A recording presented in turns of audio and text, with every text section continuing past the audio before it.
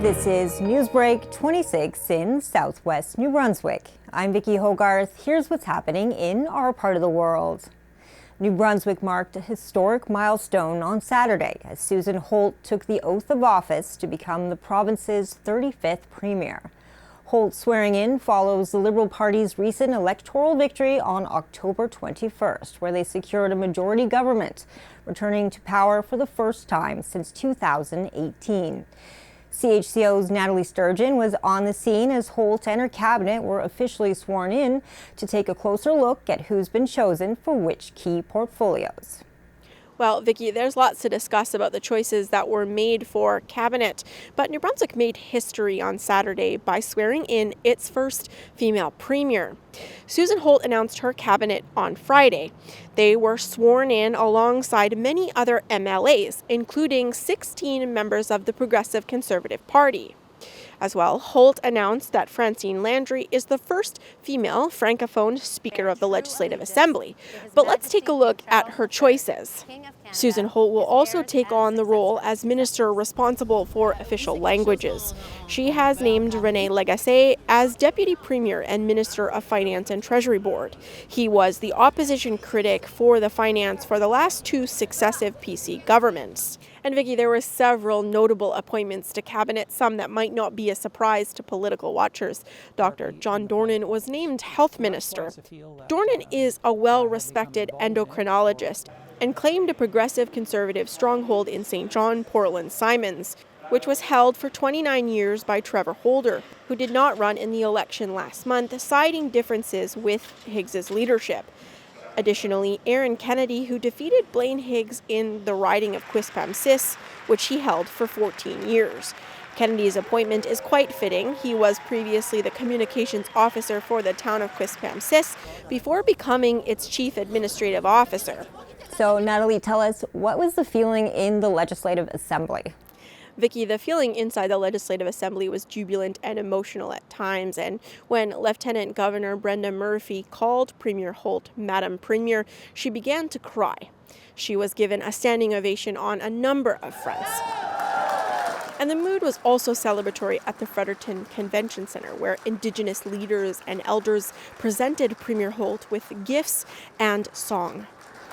Let's take a listen to what Premier Holt said about her cabinet.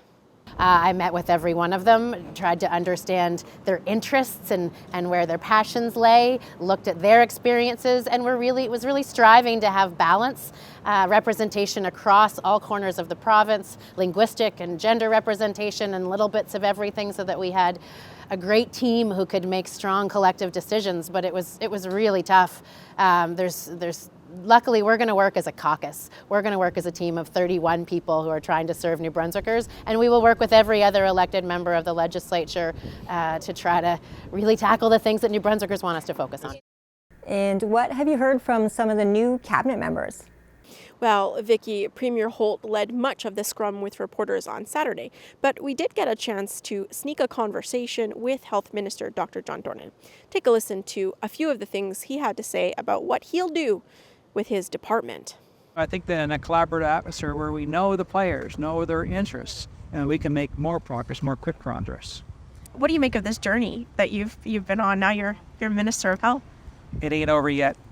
You know, it's a long journey from the time I left high school. And this is a phase in the journey. It's probably the penultimate phase in the journey. And I'm quite excited. Every time I've had an opportunity, I've taken it. And Vicki, those were some of the most notable appointments to cabinet. And it is also worth noting that Indigenous communities were heavily involved in both the swearing-in ceremony and at a viewing party at the Fredericton Convention Centre. In her speech to that crowd, she said, "Now let's go celebrate a more bright and equal New Brunswick." Vicki? Thanks, Nathalie. That was CHCO's Nathalie Sturgeon. Finally, CHCO has exciting news for viewers across New Brunswick. Our community station, which has always been available on Bell 526 and Bell Satellite 539, is now accessible province-wide on several additional channels. This comes after CHCO received designation from the province in August as an official educational channel, presented to our station by St. Croix MLA Kathy Baucus, who was instrumental in making this a reality. You can now tune in to CHCO on Shaw Direct Channel 113, Rogers Ignite Channel 133, and Rogers Digital Channel 57. And for those watching in Moncton, we're on Channel 59. In Campbellton, you'll find us on Channel 40, and in Grand Manan, we're on Channel 27. These changes mean it's easier than ever to stay connected with the latest local news and community programming throughout New Brunswick. That's all the news I have for you. For more stories and online exclusives, follow me, Vicki Hogarth, on Facebook, and visit CHCO and the Courier online at CHCO.TV. A news and public affairs production of CHCO-TV, New Brunswick's only source for independent community television.